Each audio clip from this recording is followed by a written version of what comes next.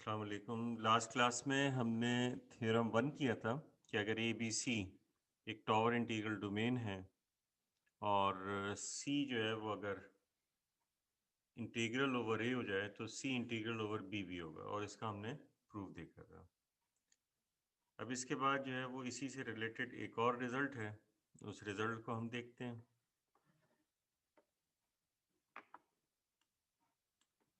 तो next page में open कर लेता हूँ।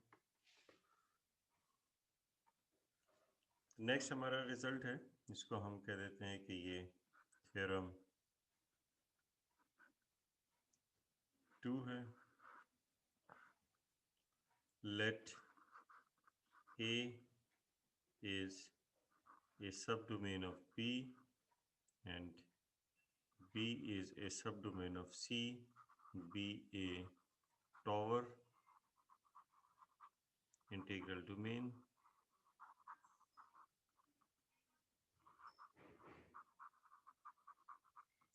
Tower integral domains if C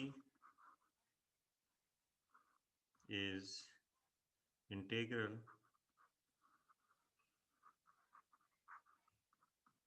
over A, then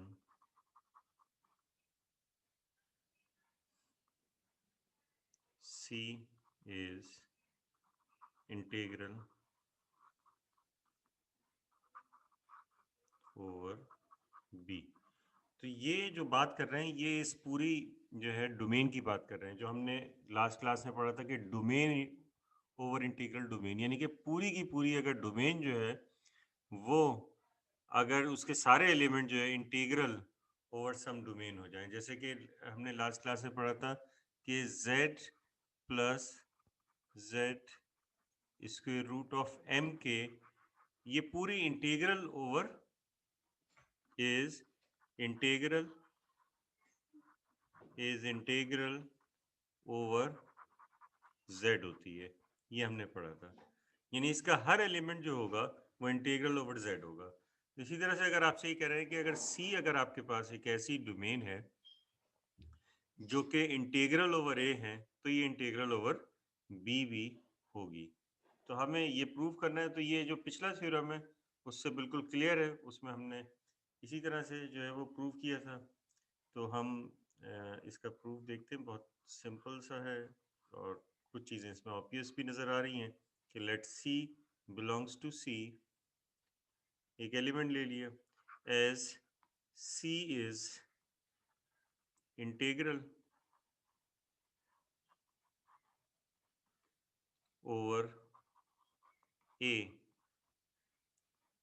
तो पिछले थ्योरम के मुताबिक जो है वो अगर हम ये कह रहे हैं कि सी इज एक तो सी का एलिमेंट है और सी इज इंटीग्रल ओवर ए है, तो सी का हर एलिमेंट जो होगा वो इंटीग्रल ओवर ए होगा।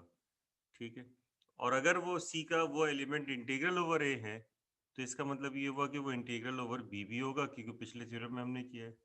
तो वो जो स्मॉल सी हमने लिखा है, C is integral integral over B, ये हमने अभी पिछले थ्योरम में किया है। तो इसका मतलब ये हुआ कि जो आप सी का हर एलिमेंट है वो कह रहे हैं कि इंटीग्रल ओवर, क्योंकि ये तो कि एक जनरल एलिमेंट के लिए क्या है, तो इसका मतलब ये हुआ कि 10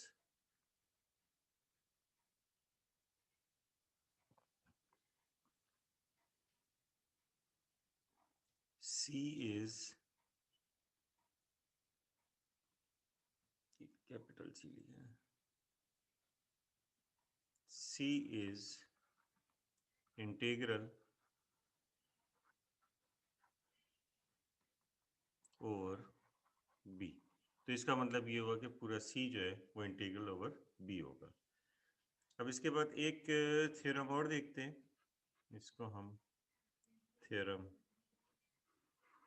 3 कह रहे हैं। Let A and B B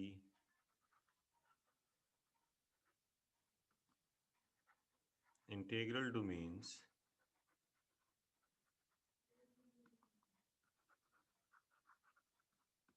with A is a subdomain of B,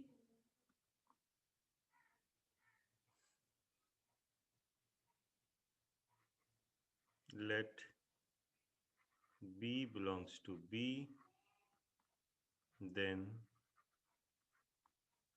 B is integral over A if and only if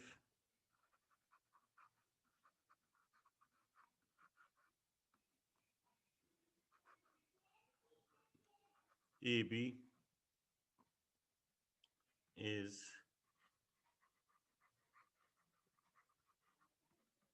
finitely generated A module.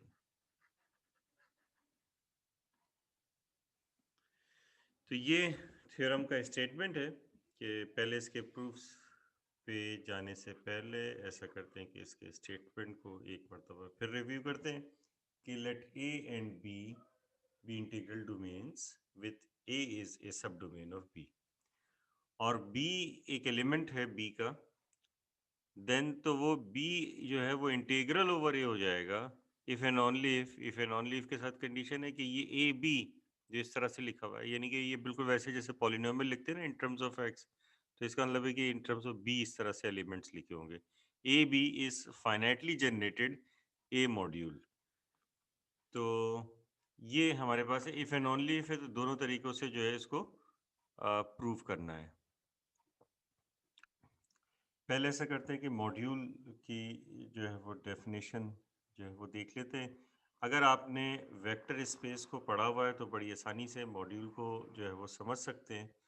बिल्कुल उसी तरह से हम मॉड्यूल को देखते हैं जिस तरह से वेक्टर स्पेस है, फ़र्क सिर्फ थोड़ा सा है, वो ये कि हम एक फंक्शन डिफाइन करते हैं स्टार, और ऐसा करते हैं कि एक आर क्रॉस, यानी एक फंक्शन होता है जो कि आर क्रॉस ए से ए में जा रहा है बाय, और वो डिफाइन इस तरह से करते हैं कि ये स्टार जो है वो उसकी डेफिनेशन ये है कि R A one maps to some elements A two. तो ये where A is an abelian group, where A is an abelian group, बिल्कुल वैसे ही विथ रिस्पेक्ट टू एडिशन, बिल्कुल वैसे ही कि जैसे कि वेक्टर स्पेस में V सेट जो होता है वो abelian ग्रुप होता है यहाँ पे, and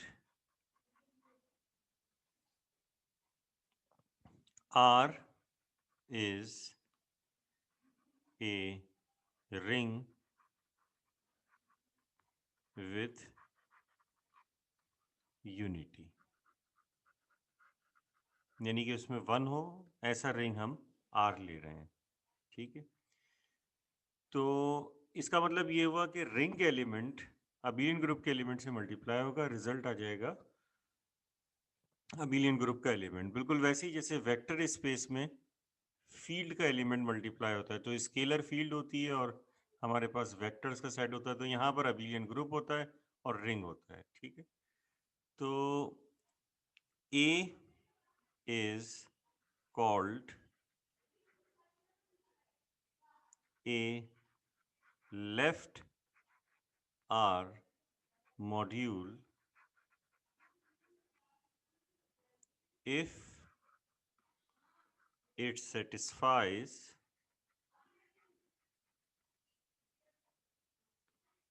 the following.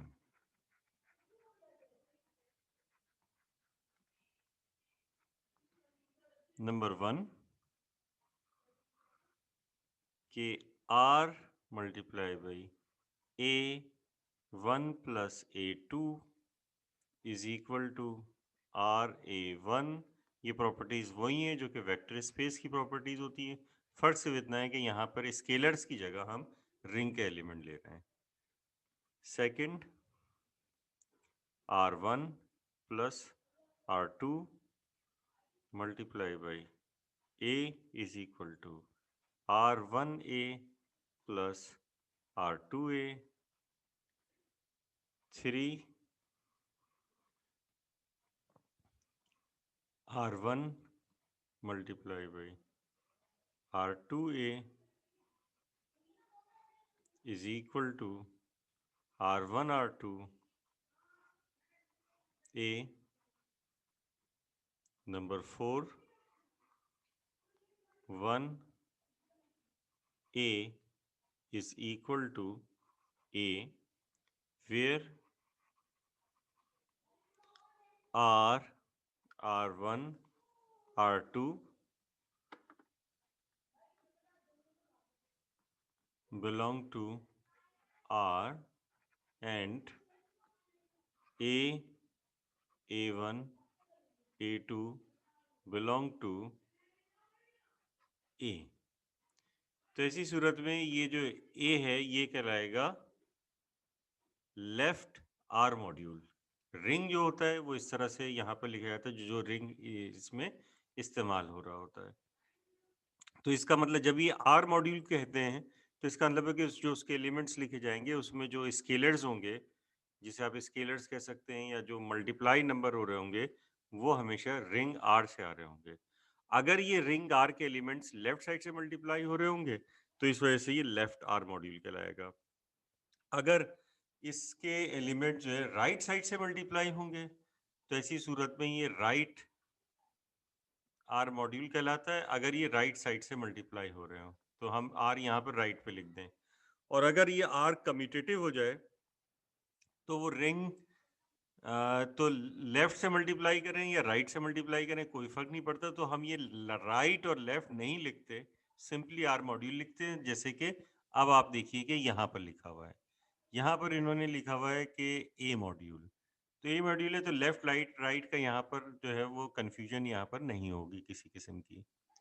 A module है तो इसका मतलब है कि यहाँ पर जो डोमेन है उसको एक रिंग कंसीडर किया जा रहा है। जाहिर है कि हर इंटीग्रल डोमेन जो है वो एक रिंग भी है कि हर integral domain commutative ring with unity होती है, तो ये समझ लीजिए कि कम्यूटेटिव रिंग है। ठीक है, ए जो है यहाँ पर, तो इसी वजह से लेफ्ट और राइट यूज नहीं किया गया है वर्ड, क्योंकि इंटीग्रल डोमेन्स जो होती हैं वो कम्यूटेटिव रिंग होती हैं। अच्छा, ये वन जो है ये जहन में रहे कि ये किसका वन है, ये रिंग का वन है। ठीक है, तो ये इसको हम कह रहे हैं कि ए मॉड्यूल, तो इसका मतलब ये हुआ कि ये जो सेट होगा, इस सेट के जो एलिमेंट्स हैं, या ये जो हमारे पास अबीलियन ग्रुप है, इस अबीलियन ग्रुप के जो एलिमेंट्स हैं वो अगर एक एलिमेंट से मल्टीप्लाई होंगे तो रिजल्ट इसी के अंदर आएगा। और ये खुद कैसा होगा, ये ऐसा होगा कि इसमें पॉलिनोमियल्स होंगे विथ इंडिटरमिनेट्स बी, या बी समझ लें कि वेरिएबल होगा, और बी की फॉर्म के इसके अंदर पॉलिनोमियल इक्वेशंस या पॉलिनोमियल्स मौजूद होंगे। ठीक है, और बाकी सारी चीज़ें वैसी रहती हैं जैसे कि नॉर्मली हम क्या कहते हैं उसे, उसमें जो है दूसरी चीज़ों में देख रहे होते हैं। ठीक है, तो अब इसके बाद इस थ्योरम का प्रूफ जो है वो करते हैं, क्योंकि ये कहा हुआ है कि ये इफ एंड ओनली इफ की कंडीशन है, बी इस इंटीग्रल ओवर ए है, तो प्रूव करें कि ये फाइनाइटली जनरेटेड है। फाइनाइटली जनरेटेड का मतलब है कि उसके जो जनरेटर्स होंगे वो फाइनाइट होंगे, और अगर हम इसको फाइनाइटली जनरेटेड अस्यूम करें तो बी को हम इंटीग्रल ओवर ए प्रूव कर देंगे। तो यहाँ से शुरू करते हैं कि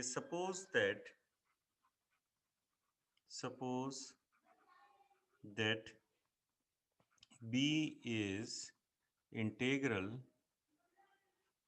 अच्छा, ये क्लियर है कि ये b जो है वो b का एलिमेंट है। ठीक है, यहाँ मैंने नहीं लिखा, बल्कि मुझे लिख देना चाहिए, b belongs to b is integral over a। ये हमने अस्यूम कर लिया कि ये इंटीग्रल ओवर है, तो इसका मतलब ये हुआ कि एक पॉलिनोमियल एक इक्वेशन एग्जिस्ट करेगी कि जिसको बी सेटिस्फाई करेगा, then there exist there exists a null a1 a n minus 1 belong to a such that b to the power n minus, अच्छा प्लस भी लिख सकते हैं, माइनस इस वजह से लिख रहे हैं कि हमारे जहन में है कि हम इन तमाम चीज़ों को इक्वल के दूसरी तरफ ले जाएंगे ताकि वो चीज़ प्लस में आ जाए। लेकिन अगर आप प्लस में भी लिखेंगे तो कोई फ़र्क नहीं पड़ता, वो दूसरी तरफ जाके माइनस हो जाएगी, उससे कोई फ़र्क नहीं पड़ता है। बस ये कि माइनस साइन बाद में आपको तंग करती रहेगी, तो उससे बचने के लिए हम इस तरह से पहले ही माइनस लिख रहे हैं। तो माइनस लिखें या प्लस लिखें उससे कोई फ़र्क नहीं पड़ता, हम एक इक्वेशन लिख रहे हैं a n minus 1 b to the power n minus 1 minus a n minus 2 b to the power n minus 2 minus till a 1 b minus a null is equal to 0। ये हमारे पास जो है वो इक्वेशन है। अब इसके बाद क्या कीजिए कि ये हमने इसीलिए माइनस किया था कि दूसरी तरफ ले जाएं इसको, क्योंकि ये तो हमने डेफिनेशन यूज़ की कि b is integral over b a है, तो ये हमारे पास इक्वेशन होती है, ये हमने लास्ट क्लास में भी सब जगह देखा हुआ है। अब b to the power n ये किसके बराबर हो जाएगा, इन तमाम को दूसरी तरफ ले जाएंगे, तो इसी वजह से हमने माइनस लिखा था। b n minus 1 plus a n minus 2 b to the power n minus 2 plus a1b plus a null, इस तरीके से जो है वो आपने इसे लिख दिया। अब ये होगा किस चीज़ में, ये जो एलिमेंट है ये किस जगह होगा, ये हमें देखना है। तो देखिए ये आप देखें कि a n माइनस 1 किसका एलिमेंट है, a का एलिमेंट है, तो यहाँ a का कोई भी एलिमेंट लिखा जा सकता है क्योंकि आप कह रहे हैं कि इस तरह के एलिमेंट्स आपके पास है।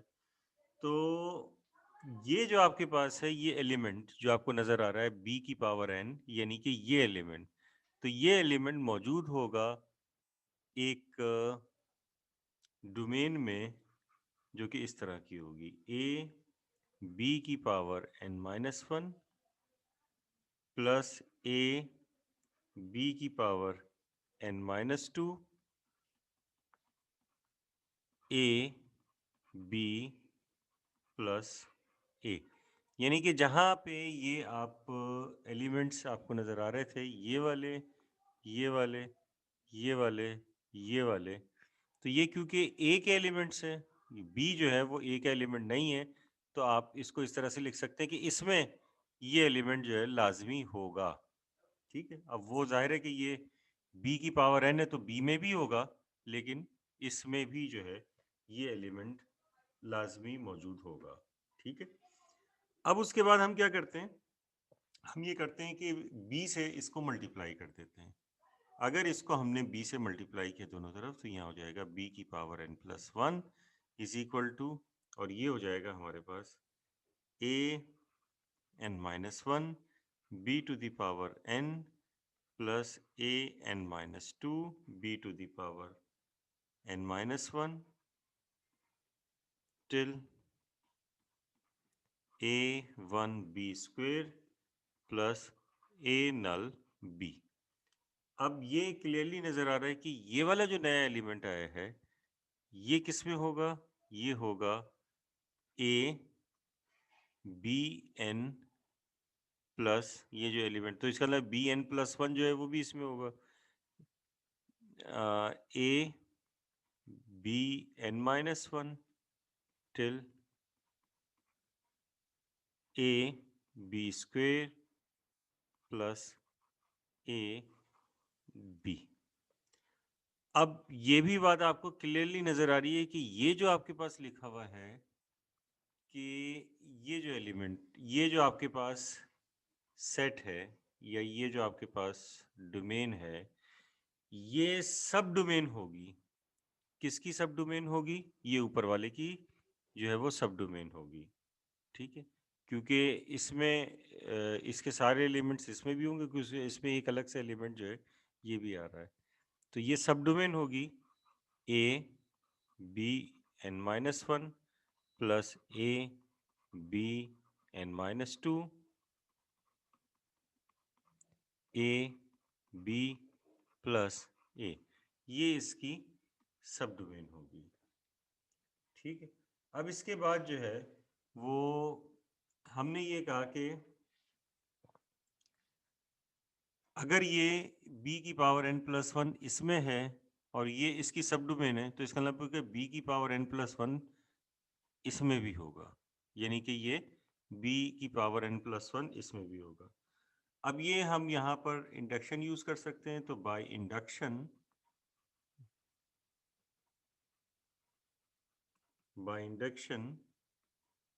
b to the power k, यानी कि कोई भी पावर ले लें आप, तो b की power k belongs to a b to the power n minus one plus a b to the power n minus two plus A B plus A, ये हमने यहाँ पर लिख दिया।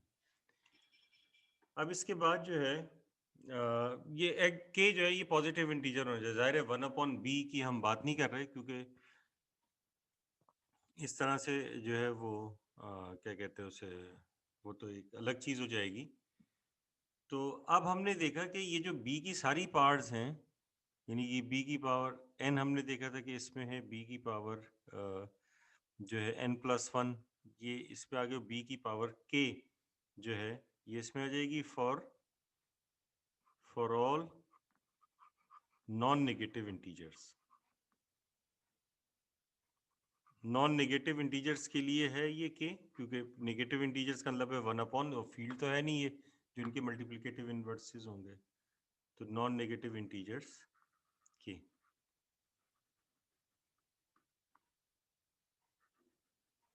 यानी कि के ज़ीरो भी हो सकता है तो वो 1 हो जाएगा, और अगर के पॉजिटिव है तो फिर उसके आ जाएगा। तो इसका मतलब ये हुआ कि ये जो आपके पास ये इस तरह से लिखा हुआ है, ये एक इंटीग्रल डोमेन है। तो this shows that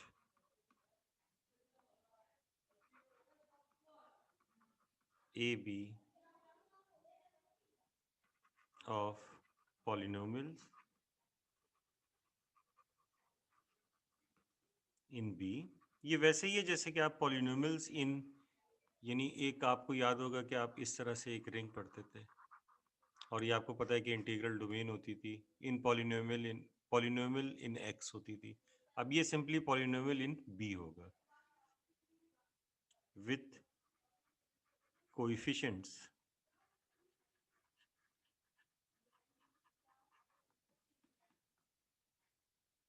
in A is, which shows that AB of polynomials in B with coefficients in A is finitely generated। क्योंकि इसके जनरेटर आपको देख लें, ये फाइनाइट जनरेटर नज़र आ रहे हैं, जहाँ भी हैं फाइनाइट है, इस फाइनाइटली जनरेटेड ए मॉड्यूल। तो इस तरह से इसका एक पार्ट, जो पहला पार्ट है, वो कवर हो गया।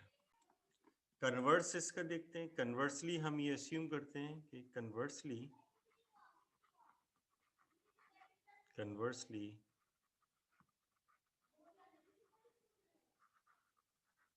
suppose that A is a subdomain, sorry A B जो हमारे पास मॉड्यूल ए मॉड्यूल है, ये फाइनाइटली जनरेटेड, हम इसे कह रहे हैं is finitely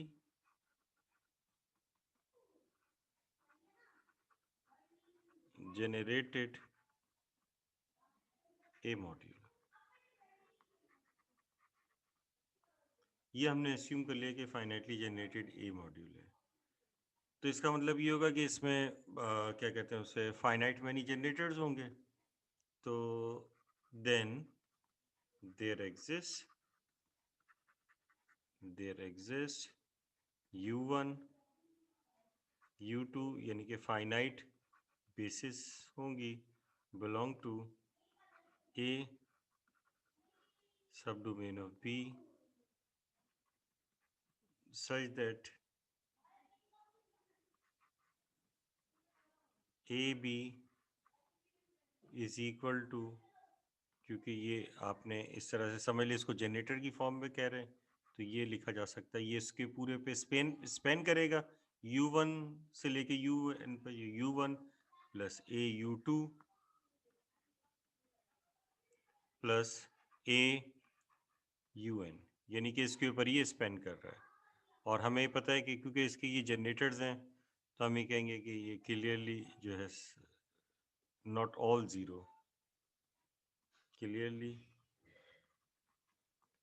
U1 UN are not all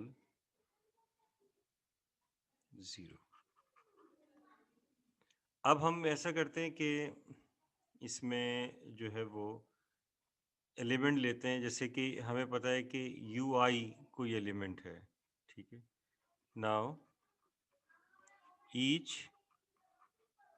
UI belong to finitely generated A module AB। अगर हम इसका एक एलिमेंट ले लेते हैं, ठीक है, तो BUI ये इसी के अंदर होगा, ठीक है, क्योंकि ये तो B इसके साथ है, तो B भी इसका एलिमेंट है, तो ये इसके अंदर होगा। For I is equal to 1 to n, 1 to n, ठीक है। तो अब हम ये कह सकते हैं कि BU1 इज इक्वल टू, यानी I की जब वैल्यू 1 हो, तो इसको, क्योंकि ये वाला ये इम्पोर्टेंट है, क्योंकि हर एलिमेंट जो होगा इसका वो इस तरह से इनके U1 से लेके UN तक के लीनियर कम्बिनेशन में लिखा जा सकता है। तो अगर ये लीनियर कम्बिनेशन में लिखा जा सकता है, तो आप इस तरह से इसको लिख सकते हैं कि ये होगा A11 U1 A1n UN, BU2 होगा A21 U1 A2n UN, और इस तरह से BN होगा BUN होगा AN1 U1, तो फिर ये हो जाएगा NN UN। तो अब आपके पास ये जो सिस्टम है, ये इसको होमोजेनियस सिस्टम में कन्वर्ट कर सकते हैं आप, ठीक है। बल्कि होमोजेनियस ये क्या कहते हैं इसे, मतलब ये अगर आप U1 को वेरिएबल कंसीडर कर लें x1 और U2 को वेरिएबल x2 कंसीडर कर लें, तो इस तरह से आप इसको होमोजेनियस सिस्टम में कन्वर्ट कर सकते हैं, और ये जो B हैं सारे, इनको भी दूसरी तरफ ले जाएं, यानी कि इसमें भी कोई कांस्टेंट्स नहीं आएंगे। तो ये अगर ये इस तरफ चले जाएगा, तो ये हो जाएगा B माइनस A11, और उसका कोएफिशिएंट होगा U1, तो U1 की जगह हम x1 लिख रहे हैं, ठीक है। फिर उसके बाद माइनस A12 U2 होगा, आप इसे x2 लिख दीजिए, माइनस माइनस A1n और UN है, आपने इसे xn लिख दिया, इज इक्वल टू 0। फिर इसी तरह से ये दूसरा वाला, ये जब उधर जाएगा तो ये U2 के साथ आएगा और U1 के ऐसे रहेगा, तो A21 x1, फिर उसके बाद plus B minus A22 x2 minus, और ये A2n xn is equal to 0, और इस तरह से आपके पास आखिर में आ जाएगा AN1 x1 plus AN2 x2, और आखिर में आ जाएगा B माइनस ए प्लस नहीं होगा, ये सारे माइनस होंगे, ये माइनस होगा, ये माइनस होगा, सिर्फ ये प्लस होगा, बी वाला,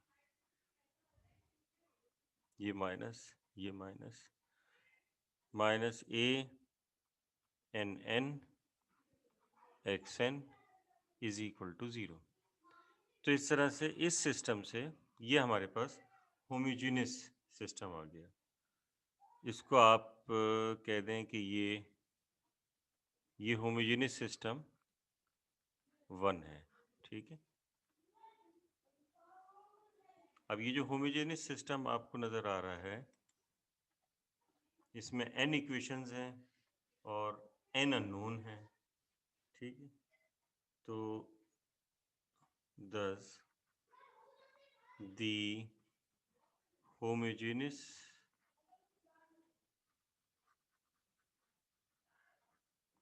system of n equations हो गई in और n unknowns है, n equations and n unknowns x1 xn, ठीक। तो ये हमारे पास आ जाएगा हैज नॉन ट्रिवियल सॉल्यूशन, क्योंकि अगर ये यहाँ पे ये इस तरह से नहीं होता, ये डायगोनल, तो इसका फिर ट्रिवियल सॉल्यूशन निकलता ये, क्योंकि हमारे पास ये इस तरह से आ रहा है, तो इसका नॉन ट्रिवियल सॉल्यूशन जो है वो हमें पता है कि एग्जिस्ट करेगा एज नॉन ट्रिवियल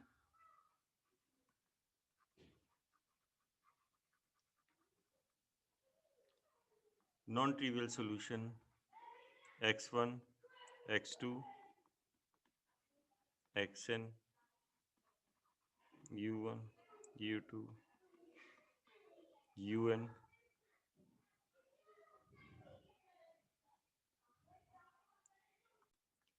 ये जो सिस्टम है हमारे पास, ये n इक्वेशंस हैं, n अननोन्स हैं, तो नॉन ट्रिवियल सॉल्यूशन इसका जो है वो हमारे पास होगा, ठीक है ना, इन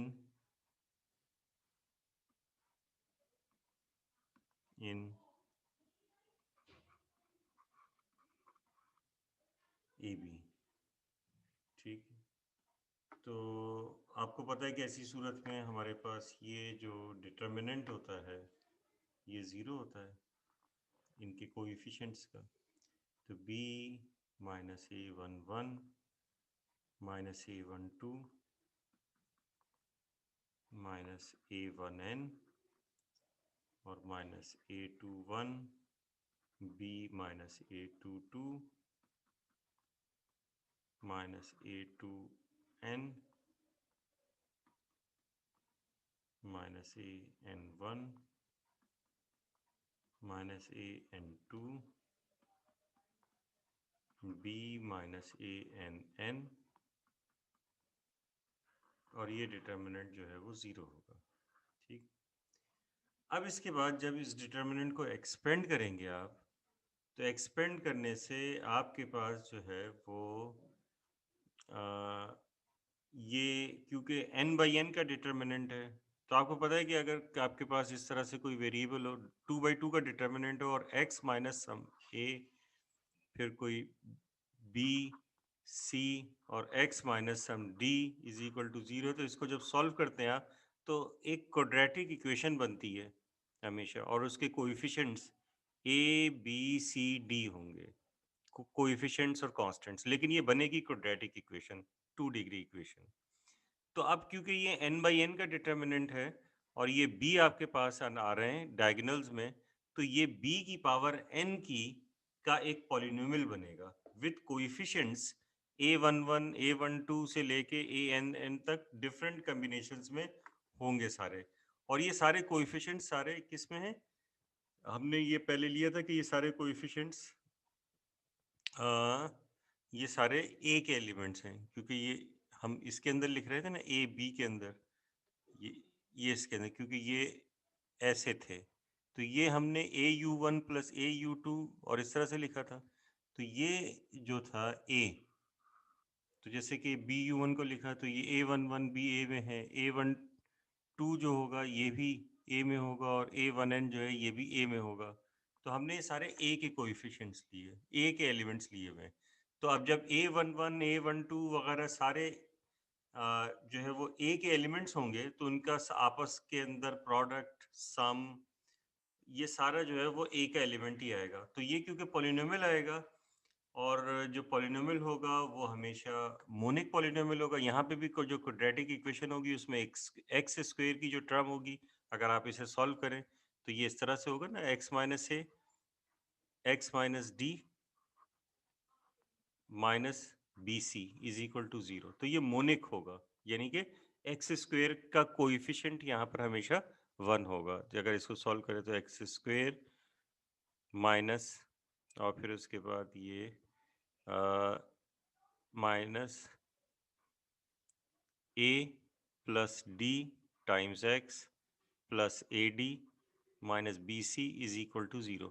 तो इस तरह से आपके पास ये इक्वेशन बनेगी। अब ये जो अगर हम ये कह दें कि ए बी सी डी सारे ए के एलिमेंट्स हैं तो ये एक्स स्क्वायर ऐसे ही लिख सकते हैं और फिर उसके बाद जो है वो जो है जो ए प्लस डी है इसको एक एलिमेंट जो है माइनस ए प्लस डी है तो इसको हम कह सकते हैं कि ये प्लस ए जो है 1x हो जाएगा और ये जो है आपके पास है इसको हम फॉर एग्जांपल ए नल कह देते हैं।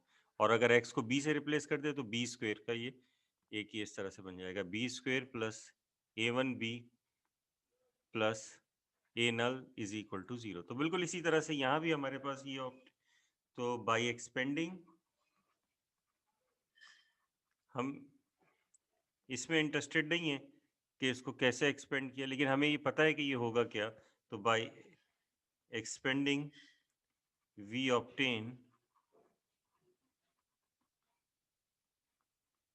b to the power n फिर प्लस b की power n minus 1 with some coefficient in terms of a1 a11 a12 से लेके an तक कुछ आएंगे तो उनका सम और प्रोडक्ट मिलके a का ही एलिमेंट बनेगा। हम a के उस एलिमेंट को a सब n माइनस 1 कह रहे हैं। इसी तरीके से फिर उसके बाद b होगा, जो b का कोएफिशिएंट होगा वो भी इन्हीं में से होगा तो हम उसे a1 कह रहे हैं और फिर कांस्टेंट जो होगा उसे हम a नल कह रहे हैं इज इक्वल टू 0। लेकिन एक्चुअली आइडिया क्या है? आइडिया ये है कि जो कोएफिशिएंट्स होंगे वो सारे यही होंगे, इन्हीं में से होंगे और वो सारे क्योंकि a के एलिमेंट्स हैं तो इनके कोएफिशिएंट्स a के एलिमेंट्स बन जाएंगे। तो where a null a1 an minus 1 belong to a।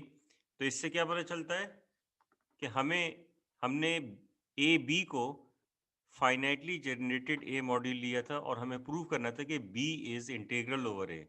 तो हमें एक इक्वेशन मिल गई तो हमने कहा कि हेंस बी इज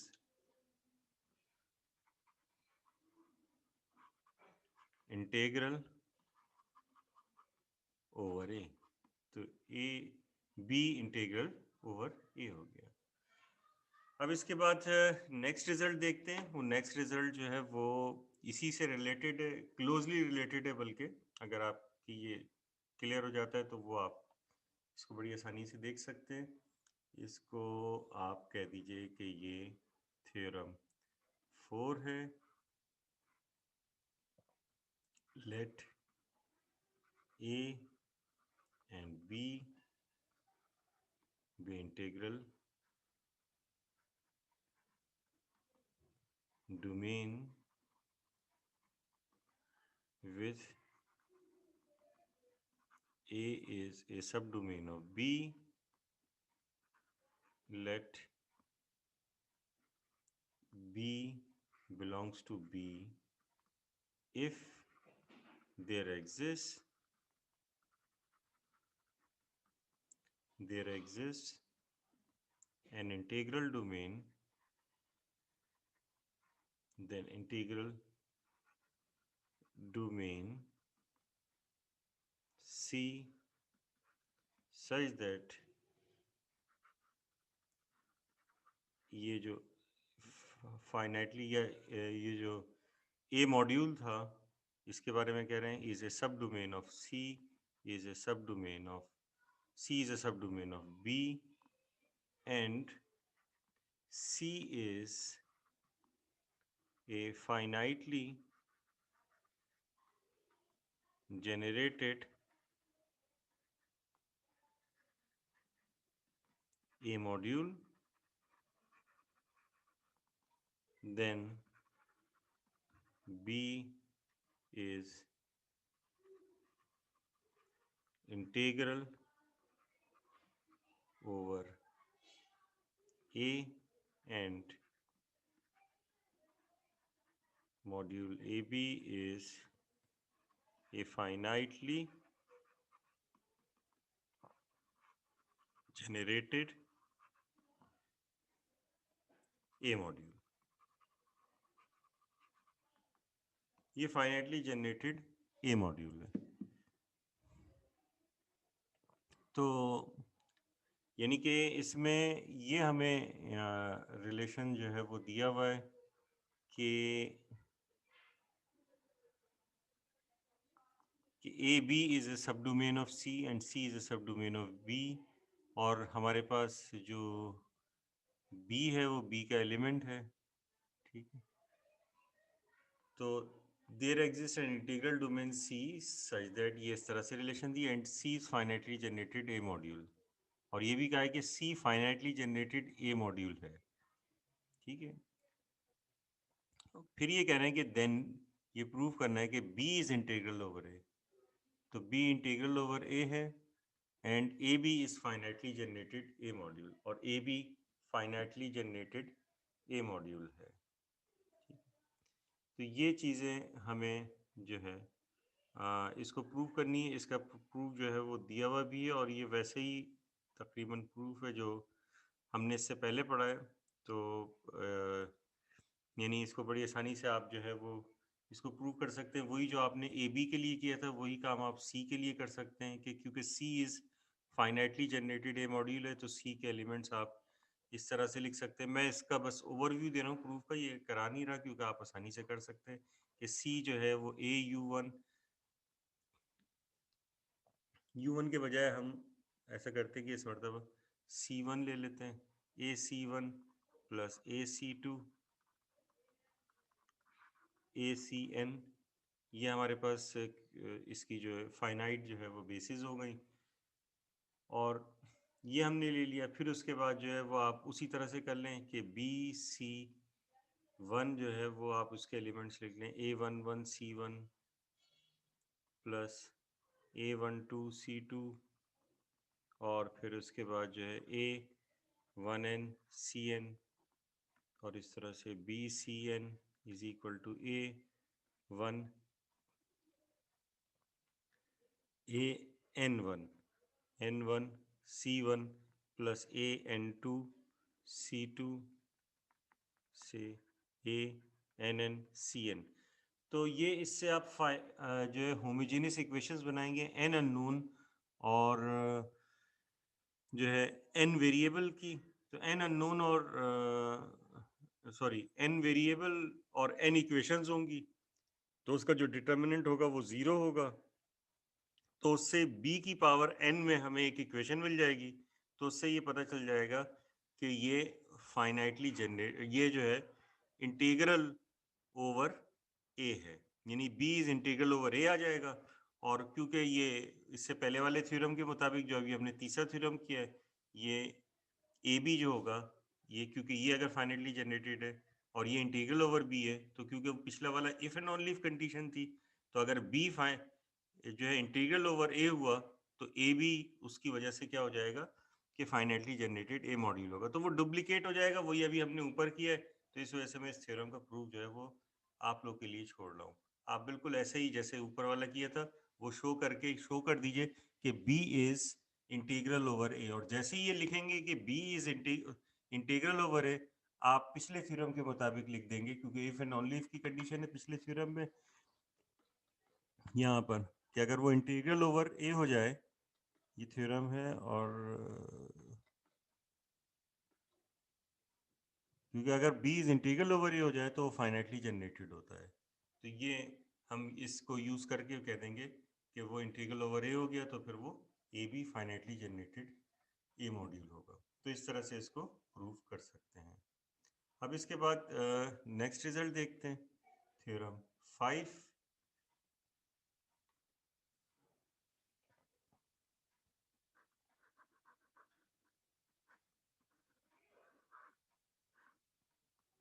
इसमें कह रहे हैं कि let A is a subdomain of B is a subdomain of C, B a tower module,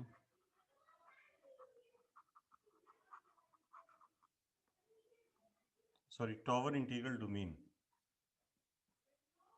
tower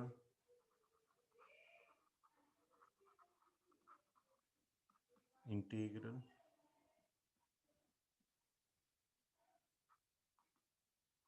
domains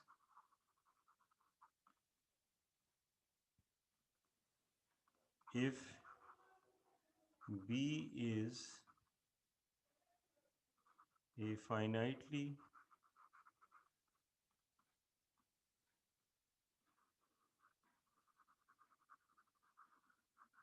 generated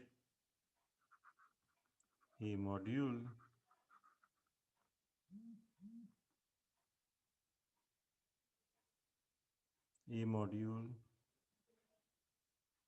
and C is a finitely generated B module, then C is a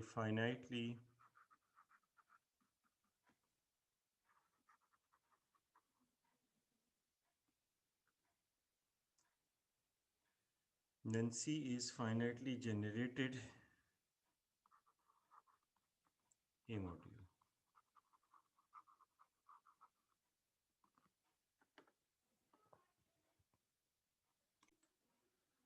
तो इसमें ये कह रहे हैं कि late A is a subdomain of B and B is a subdomain of C, be a tower integral domains. ठीक है, ये इस तरह से दी हुई हैं।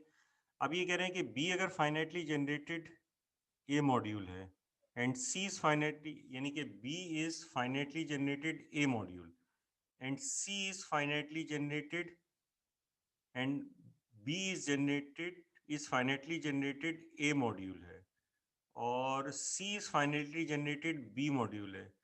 तो कह रहे हैं कि शो करें कि C is finitely generated A module होगा। तो ये क्या कहते हैं उसे, बहुत सिंपल सा है। उसको उसी तरह से हम शुरू करेंगे कि सबसे पहले हम ये लेंगे क्योंकि B is finitely generated A module है, तो हम लिखेंगे कि as B is finitely generated a module,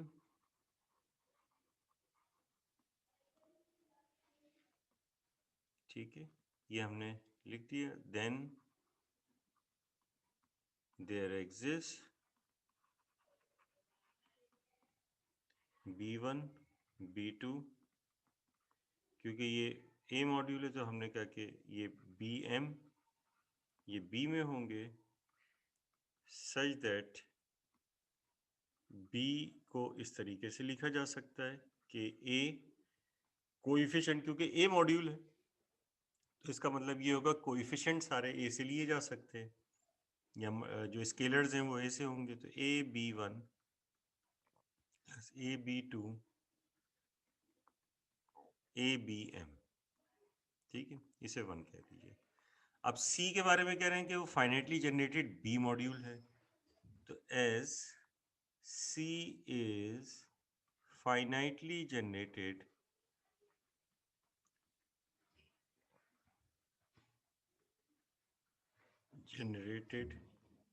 B module there exists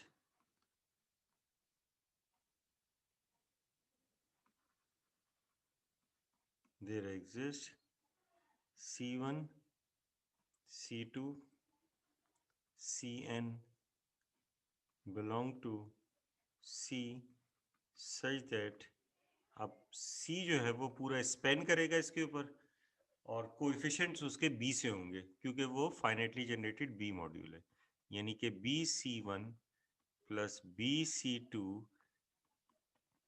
till BCN, इस तरीके से हमने लिख दिया।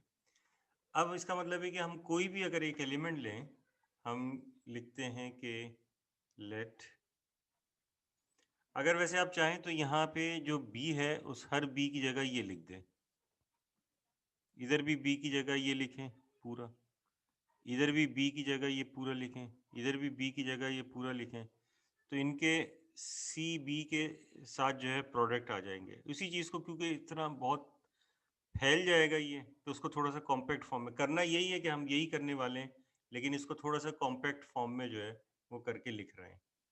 तो हम ये लिखेंगे let C belongs to C, then तो वो जो सी होगा वो बी के कोएफिशिएंट्स के साथ लिखा जाएगा। तो ये हम लिखेंगे कि सम एक्स जे सी जे, जे की वैल्यू 1 से n तक होगी, ठीक है।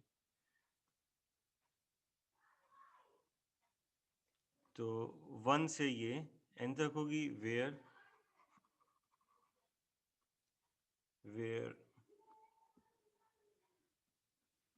ये बता दीजिए कि एक्स जे जो है वो क्या चीज़ है, वेयर ये सारे एक्स जे यानी जे की वैल्यू 1 से लेके n तक, यानी कि x1 x2 से लेके xn तक ये सारे b के एलिमेंट्स हैं। तो ये b के एलिमेंट्स कैसे होंगे, अब यही वैल्यू जो है देखिए ये यहाँ से हम यहाँ रखेंगे, और वो हम किस तरीके से रखेंगे कि हम ये कहेंगे कि X J is equal to, ये जो एक्स जे होगा क्योंकि ये बी का एलिमेंट है, तो बी के एलिमेंट के मुतालिक हम ये कह रहे हैं कि ए के कोएफिशिएंट्स के साथ होंगे, तो हम ये लिखेंगे कि सम बी आई, और आई की वैल्यू होगी 1 से लेके m तक, क्योंकि ये इसमें m बेसिस हमने कही है, और कोएफिशिएंट सारा a से आएगा। तो वो जो a से कोएफिशिएंट आएगा तो हम उसे कह देते हैं ए आई जे, जे कांस्टेंट रहेगा, आई की वैल्यू 1 से m तक रन करेगी हर एक एक्स जे के लिए। तो आप यहाँ बता दीजिए वेयर A11 से A12 से लेके AMN तक ये सारे A में मौजूद है। अब ये क्या करें, अब इसके बाद ये करें कि ये जो एक्स जे है ये C के अंदर रख दें,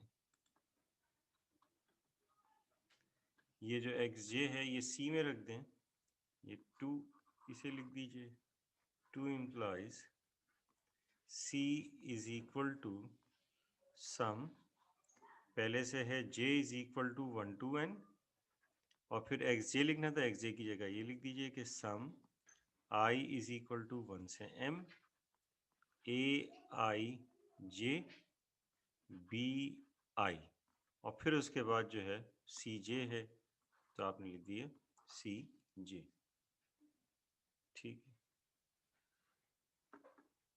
तो इस तरह से इसका मतलब ये हुआ कि जैसे कि ये जो था इसकी वजह से आपने ये लिखा था और इसकी वजह से आपने ये लिखा था, तो अब ये डबल सम इस तरीके से आ रहा है, तो इसका मतलब ये हुआ कि आप पूरे सी को इसके स्पेन पे लिख सकते हैं कि ये जो है आप चाहे तो इसको ऐसे भी लिख सकते हैं, sum j is equal to 1 to n, और sum I is equal to 1 to aij bi और cj, तो ये एलिमेंट्स कहाँ से आ रहे हैं? ये एलिमेंट्स एक्चुअली जो है वो ए के एलिमेंट्स हैं, और साथ में जो है वो बी जो है वो फिर इसी तरह से वो बी भी साथ पे आ रहा है। तो अब आपके पास क्या हुआ कि आप इस सी को लिख सकते हैं कि ए B1 C1, यानी इसी चीज़ को हम एक एलिमेंट को सिंपल ए में लिख देंगे इसी तरह से, और इस तरह से ये आखिरी हो जाएगा ABMCN। तो इस तरह से ये आपके पास आ जाएगा। क्लियरली नज़र आ रहा है कि ये फाइनाइटली जनरेटेड है, इज़ ए फाइनाइटली, और इसके कोएफिशिएंट्स कहाँ से आ रहे हैं? इसके कोएफिशिएंट्स आ रहे हैं ए से। इस फाइनाइटली जनरेटेड